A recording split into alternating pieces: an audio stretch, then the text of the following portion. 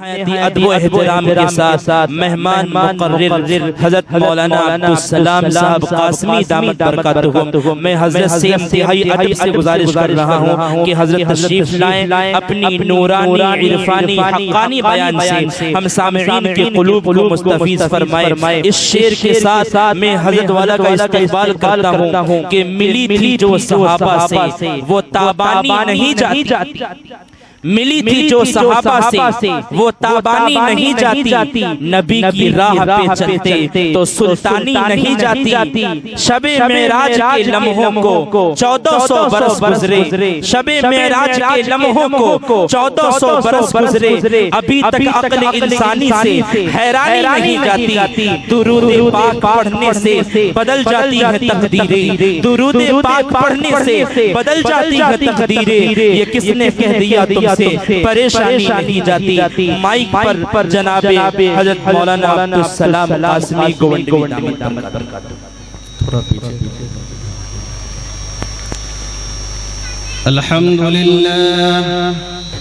الحمدللہ نحمده ونستعینه ونستغفره ونؤمن به ونتوکل علیہ ونعوذ بالله من شرور أنفسنا ومن سيئات أعمالنا من يهده الله فلا مضل له ومن يضلله فلا هادي له ونشهد أن لا إله إلا الله وحده لا شريك له ونشهد أن سيدنا ومولانا محمدًا عبده ورسوله أما بعد فأعوذ بالله من الشيطان الرجيم بسم الله الرحمن الرحيم إنا نحن نزلنا الذكر وإنا له لحافظون وقال النبي صلى الله عليه وسلم يقال لصاحب القرآن اقرأ وارتقي ورتل كما كنت ترتل في الدنيا فإن منزلتك عند آخر آية تقرأ بها وقال النبي صلى الله عليه وسلم كن عالما أو متعلما أو مستمعا أو محبا ولا تكن الخامس فتهلك وقال النبي صلى الله عليه وسلم إذا صلت المرأة خمسها وصامت شهرها وحفظت فرجها وأطاعت زوجها قيل لها ادخل الجنة من أي أبواب الجنة شئت أو كما قال عليه الصلاة والسلام۔ درود پاک پڑھ لیجئے۔ اللهم صل على محمد وعلى آل محمد كما صليت على إبراهيم وعلى آل إبراهيم إنك حميد مجيد۔ اللهم بارك على محمد وعلى آل محمد كما باركت على إبراهيم وعلى آل إبراهيم إنك حميد مجيد۔ رونق اسٹیج علماء کرام، دور اور دراز سے تشریف لانے والے سامعین عظام، جناب حافظ بشیر احمد صاحب بانی و محتمم مدرسہ منصور تعلیم القرآن کی دعوت پہ بندہ ناچیز یہاں حاضر ہوا۔ بچوں کے پروگرام کو سنا، بہت ہی دل باغ باغ ہو گیا۔ اللہ رب العالمین سے دعا ہے کہ اللہ رب العالمین اس ادارے کو ترقیات سے نوازے۔ معزز حاضرین، حافظ قرآن کے اعزاز میں ایک مجلس یہاں منعقد کی گئی، جس کے منتظم مدرسہ کے محتمم جناب حافظ بشیر صاحب اور دیگر اراکین ہیں۔ اور ان حفاظ کرام کے احساس میں ایک مجلس میدان حشر میں بھی منعقد ہوگی، جس کو منعقد کرنے والے رب العالمین ہوں گے۔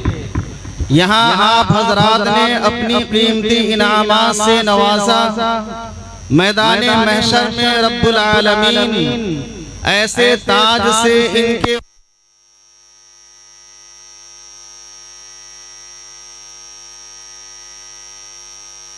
یہاں آپ حضرات نے اپنی قیمتی انعامات سے حافظ صاحب کو نوازا، میدان محشر میں انعام دینے والا اللہ رب العالمین ہوگا، اور لینے والے حفاظ کرام اور ان کے والدین ہوں گے۔ جیسا کہ آپ حضرات نے سنا، دوستو وقت بہت ہی مختصر ہے اور باتیں بہت ساری سوچ کر آیا تھا، یہ بھی بولوں گا یہ بھی بولوں گا، لیکن آپ حضرات اچھی طرح جانتے ہیں جب وقت مختصر ہو تو آدمی کا دماغ کام نہیں کرتا، کس بات کو بولا جائے اور کس بات کو رکھ لیا جائے۔ الغرض مختصراً یہ کہ اللہ رب العالمین نے ہم انسانوں کے اوپر بے شمار انعامات کی بارشیں کی۔ ان انعامات میں دو انعام بہت ہی بہترین انعام ہیں، ان میں سے ایک ایمان ہے اور دوسرا انعام قرآن ہے۔ ایمان کیسی عظیم الشان نعمت ہے، اس کا اندازہ ہمیں اور آپ کو یہاں نہیں ہوتا۔ کیوں؟ اس لیے کہ یہ ایمان ہم کو ماں باپ کے ورثے میں مل گیا۔ ہمارے ماں باپ مسلمان تھے، ہم بھی مسلمان ہیں، ہمارے ماں باپ کلمہ پڑھتے ہیں، ہم بھی کلمہ پڑھ کر ایمان والے بن گئے۔ اس لیے اس ایمان کی عظمت اور اس کا انعام ہونا ہمیں سمجھ میں نہیں آتا ہے۔ دوستو یہ ایمان کتنی عظیم الشان شے ہے، اس کا اندازہ میدان محشر میں ہوگا، جب اللہ رب العالمین ایک ایمان والے کو بلائے گا۔ اس کے پاس نماز اور روزے نہیں ہوں گے، ان کے پاس دیگر کوئی عبادات نہیں ہوں گے، لیکن رب العالمین اپنے انعام اور فضل سے ایمان کی دولت سے انہیں جنت الفردوس عطا فرمائے گا۔ اس وقت احساس ہوگا کہ یہ ایمان کتنی بہترین دولت تھی جس کو ہم نے دنیا میں حاصل کیا تھا۔ دوسرا انعام اللہ رب العالمین کا وہ قرآن کریم ہے۔ قرآن کریم اللہ رب العالمین کا بھیجا ہوا وہ کلام ہے جو رہتی دنیا تک یوں ہی قائم اور دائم رہے گی۔ یہ قرآن اللہ رب العالمین اپنے بندے کے اوپر محمد عربی صلی اللہ علیہ وسلم کے اوپر نازل فرمایا۔ اس لیے شاعر کہتا ہے زمانہ آج بھی قرآن ہی سے فیض پائے گا، زمانہ آج بھی قرآن ہی سے فیض پائے گا، مٹے گی ظلمت شب اور زمانہ جگمگائے گا۔ دوستو ہمارے پاس کوئی کتاب آتی ہے تو ہم پوچھتے ہیں یہ کتاب کیسی ہے، اس کتاب کا لانے والا کون ہے، اس کتاب میں کیا لکھا ہوا ہے۔ اللہ رب العالمین نے یہ قرآن ہمارے اوپر جبریل امین کے ذریعے محمد عربی صلی اللہ علیہ وسلم پہ نازل فرمایا۔ محمد عربی صلی اللہ علیہ وسلم پہ یہ قرآن اللہ نے اتارا۔ اللہ رب العالمین قرآن ہمارے پاس بھیجا۔ آئیے قرآن سے ہم پوچھتے ہیں اے قرآن تم کون ہو؟ قرآن کہتا ہے الف لام میم ذالک الکتاب لا ریب فیہ۔ دوستو یہ وہ قرآن ہے جس میں کوئی شک اور شبہ کی گنجائش نہیں ہو سکتی۔ قرآن سے پوچھئے اے قرآن تمہیں اس دنیا میں کس نے بھیجا؟ قرآن کہتا ہے تنزیل من رب العالمین، ہم کو بھیجنے والا رب العالمین ہے۔ قرآن سے پوچھئے قرآن تمہیں کون لے کر آیا؟ قرآن کہتا ہے نزل بہ الروح الامین، ہم کو لانے والا سید الملائکہ تمام فرشتوں کے سردار حضرت جبرائیل علیہ السلام ہیں۔ قرآن سے پوچھئے قرآن تم کس کے اوپر نازل ہوئے ہو؟ قرآن کہتا ہے وما ارسلناک الا رحمتا للعالمین، دونوں جہان کی رحمت سرور کونین جناب محمد الرسول اللہ صلی اللہ علیہ وسلم پہ یہ قرآن اترا ہے۔ قرآن سے پوچھئے تم کس شہر میں آئے ہو؟ قرآن کہتا ہے وَهَذَا الْبَلَدِ الْأَمِينِ، اندازہ لگائیں قرآن کو لانے والا جبریل امین ہو، بھیجنے والا رب العالمین ہو، جس جگہ پہ آیا ہو وہ بلد امین ہو، جس شخصیت کے اوپر قرآن نازل ہوا وہ رحمت للعالمین ہو، تو اس قرآن کی سچائی کے اندر ذرہ برابر پہلے بھی کم تھا اور کم وقت ہو گیا۔ بہرحال میں آپ کے سامنے عرض کر رہا تھا اس قرآن کی عظمت کے تعلق سے کہ قرآن کی عظمت کو اپنے دل کے اندر بیٹھائیں۔ حافظ قرآن کی کیا عظمت ہے، حدیث پاک جو میں نے آپ کے سامنے تلاوت کی اس میں اللہ کے لاڈلے حبیب جناب محمد الرسول اللہ صلی اللہ علیہ وسلم فرماتے ہیں کہ حافظ قرآن سے کہا جائے گا میدان محشر میں قرآن کی تلاوت کرتا جا اور قرآن پڑھتا جا اور اپنی جنت کے درجات کے اوپر چڑھتا چلا جا۔ جہاں پر تمہاری آخری آیت کی تلاوت ہوگی وہی تمہاری منزل اور وہی تمہارا ٹھکانہ ہوگا۔ اس لیے دوستو اس قرآن کی عظمت کو اپنے دل کے اندر بیٹھائیں۔ قرآن آتا ہے عالموں کے ذریعے، اس لیے دوسری حدیث جو میں نے آپ کے سامنے تلاوت کی اس میں اللہ کے لاڈلے حبیب جناب محمد الرسول اللہ صلی اللہ علیہ وسلم نے عام لوگوں کو سمجھایا اور بتایا ہے کہ لوگوں 4 باتیں کرو، 5واں مت بن جانا اس میں۔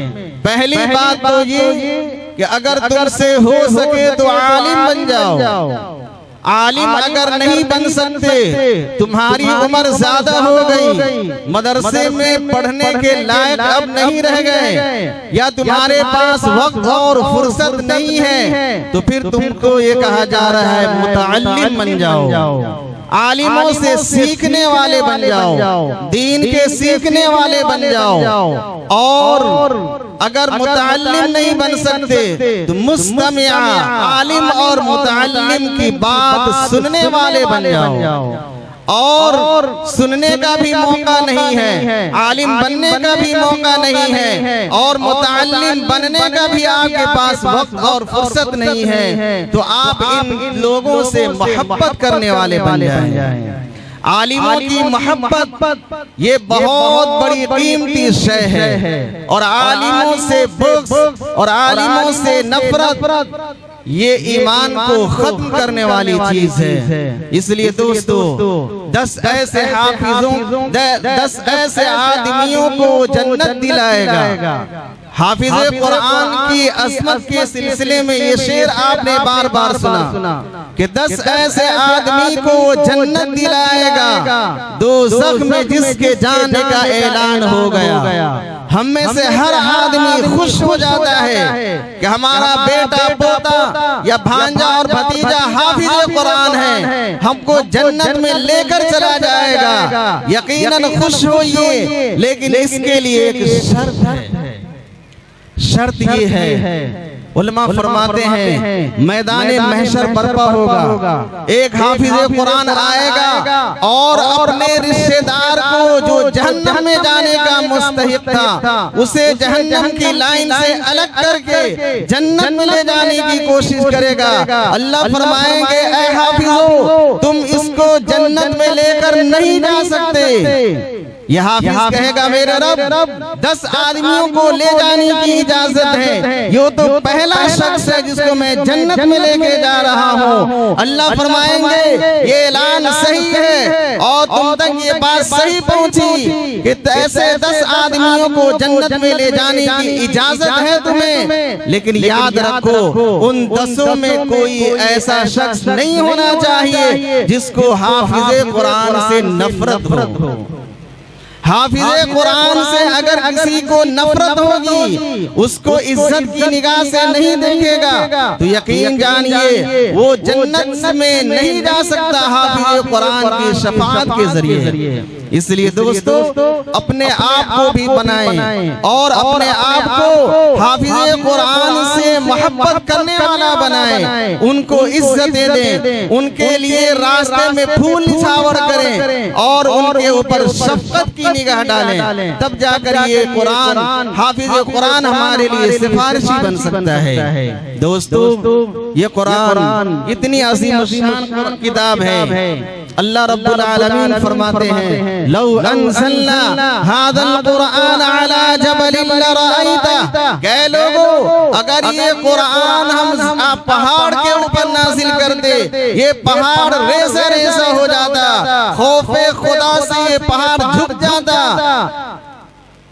اور اللہ رب العالمین فرماتے ہیں کہ میں یہ مثال بیان کرتا ہوں تاکہ غور و فکر کرو، اس سے اندازہ لگا سکتے ہیں قرآن کے اندر اللہ رب العالمین نے کتنا پاور رکھا ہے اور کتنی قوت ہے۔ اِنَّا عَرَضْنَا الْأَمَانَةَ عَلَى السَّمَاوَاتِ، اللہ رب العالمین نے اس قرآن کو اور امانت ربانی کو آسمان کی طرف مخاطب کر کے فرمایا کہ اے آسمان میں تیرے اوپر ایک امانت اتارنے والا ہوں، کیا تم اس امانت کو اٹھا لو گے، اس امانت کے بوجھ کو برداشت کر لو گے؟ آسمان سے آواز آتی ہے کہ اے میرے رب میں ستاروں کے بوجھ کو اٹھا سکتا ہوں، چاند اور سورج کے بوجھ کو اٹھا سکتا ہوں، بیت معمور کی طاقت کو برداشت کر سکتا ہوں، اور سچ پوچھئے تو عرش اعظم کو بھی اٹھانے کی طاقت رکھتا ہوں، لیکن یہ امانت ربانی جو آپ ہم پر نازل کرنے والے ہیں وَأَبَيْنَ أَن يَحْمِلَّهَا، معذرت کر دیا آسمان نے۔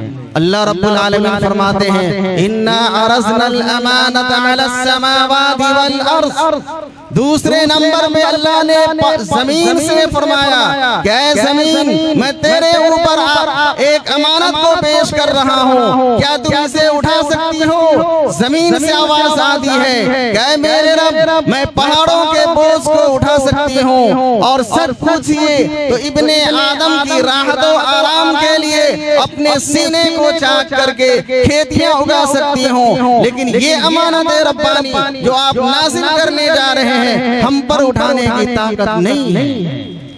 اس کے بعد اللہ رب العالمین نے پہاڑوں کو خاطب کر کے فرمایا اے پہاڑ تم اٹھاؤ۔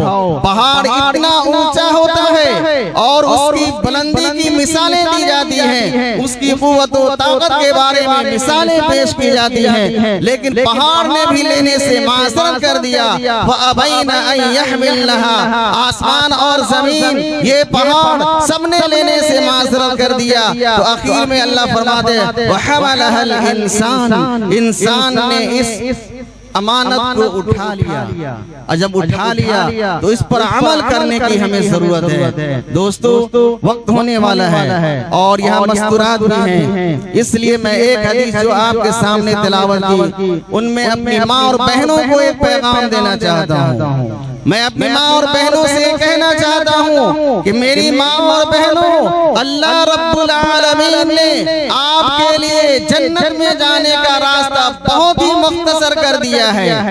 4 کام کیجئے اور جنت میں چلے جائیے۔ اللہ کے لاڈلے حبیب فرماتے ہیں اذا صلت المرأة خمسها، جب عورتیں 5 وقت کی نماز کو پڑھ لے، ایسا نہ ایک دن پڑھے یا 2 دن چھوڑے، نہیں 5 وقت کی نماز پابندی سے ادا کر لے۔ وصامت شہرہا، اور رمضان المبارک کا مہینہ آئے اس مہینے کے روزے رکھیں۔ وحفظت فرجہا، اور اپنی عزت و آبرو کی حفاظت کریں۔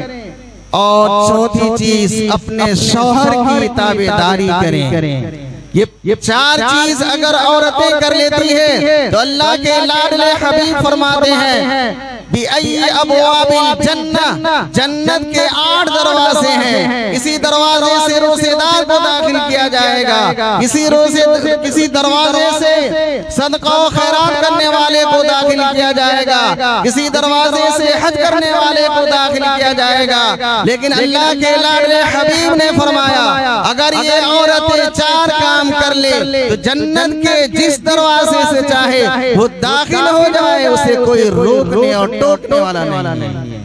محدثین فرماتے ہیں کہ اتنی کم عبادت کے بعد اگر عورتیں جنت میں چلی جائیں، اس سے کم عبادت والی اور کوئی حدیث ہمیں نہیں ملی۔ اس لیے دوستو، ماں اور بہنوں سے درخواست ہے کہ ان 4 کاموں پہ عمل کریں، نماز کی پابندی کریں، اپنے شوہر کی اطاعت و فرما برداری کریں، رمضان کے روزے رکھیں اور اپنے شوہر کی اطاعت و فرما برداری کریں، اور جنت کے جس دروازے سے چاہیں وہ داخل ہو جائیں۔ دوستو، وقت ہو چکا ہے، آپ تمام سامعین کا میں تہہ دل سے شکریہ ادا کرتا ہوں کہ آپ حضرات نے یہاں بیٹھ کر شام سے لے کر اب تک کے پروگرام کو سنا۔ اللہ رب العالمین سے دعا ہے کہ اللہ رب العالمین ہم سب کے یہاں جمع ہونے کو قبول فرمائے اور آپ کی تشریف آوری کو قبول فرمائے، اور یہ ادارہ جس کے بینر تلے ہم اور آپ یہاں جمع ہیں، مدرسہ منظور تعلیم القرآن، اللہ رب العالمین اس کو قیامت تک کے لیے قبول فرمائے، ہر شرور اور فتنے سے حفاظت فرمائے۔ آپ کا یہاں جم کر بیٹھنا یہ اشارہ ہے اس بات کی طرف کہ آپ سب کے دل اس مدرسے کے ساتھ لگے ہوئے ہیں،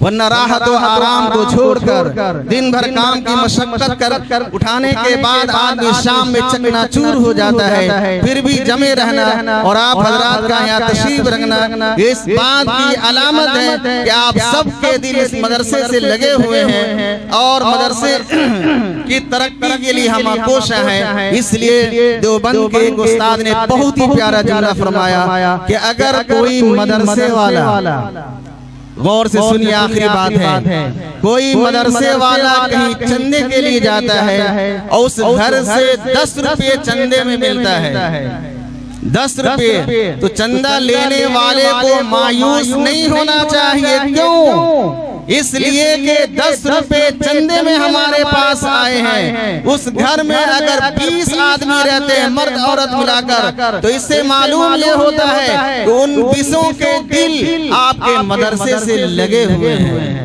چندے کی قلت اور کثرت کو نہ دیکھا جائے، آپ حضرات جمع رہیں، مدرسے سے جڑے رہیں، اسی میں ہماری کامیابی ہے۔ دوستو، یہ مدرسہ بہت عظیم الشان نعمت ہے۔ ذرا آپ جنگ آزادی کے ماحول کو آپ ذہن میں رکھیں، جس وقت ہندوستان کے اوپر انگریز کا تسلط تھا اور پوری کوشش اس نے لگا دیا کہ ہندوستان سے مسلمانوں کو مٹا دیا جائے گا، ان کے نام و نشان کو ختم کر دیا جائے گا۔ مسلمان اگر دیکھنے میں بھی آئے تو ذہن اور دماغ سے مغربی ہونی چاہیے، مدنی اور مکی نہیں ہونی چاہیے۔ چنانچہ مولانا قاسم نانوتوی علیہ الرحمہ نے اس چیلنج کا جواب دیا تھا کہ میں ایک مدرسہ بناؤں گا، اس میں بچے پڑھیں گے اور اس مدرسے میں پڑھنے والے دیکھنے کے اعتبار سے ہندوستانی ہوں گے، مسلمان ہوں گے، ذہن اور دل و دماغ کے اعتبار سے وہ مکی اور مدنی ہوں گے۔ یہ مدرسہ اگر آپ کے شہر میں ہے، جہاں بھی ہیں، جو بھی ہیں، ان سے جڑے رہے، اسی میں ہماری اور آپ کی کامیابی ہے۔ سر کے اوپر ٹوپی، چہرے پہ اور اس طرح سے پرسکون ماحول کے اندر رہنا، یہ علامت ہے اس بات کی کہ ہم سب مدرسے سے جڑے ہوئے ہیں۔ اللہ رب العالمین سے دعا ہے کہ اللہ تعالی ہم سب کو کہنے سننے اور ہم سب کو اس پر عمل کی توفیق عطا فرمائے۔ ماشاءاللہ، میرے مولا میری آنکھوں میں روانی دے دے، خشک دریاؤں میں بہتا ہوا پانی دے دے، جو بھی دیکھے وہ مجھ سے کہے، جو بھی دیکھے وہ کہے مجھ سے نبی کا ہے غلام، میرے چہرے میں کوئی ایسی نشانی دے دے، پھر میری قوم پہ ہے دشمن حق کی یلغار، پھر کوئی حیدر کرار سرسانی دے دے۔ بہت اچھے انداز میں رخصت ہوئے ہم سب کے مخدوم و مربی حضرت مولانا عبدالسلام صاحب قاسمی دامت برکاتہم، حضرت کا ہم شکریہ ادا کرتے ہیں، انہوں نے اپنا قیمتی بیان سامعین تک پہنچایا۔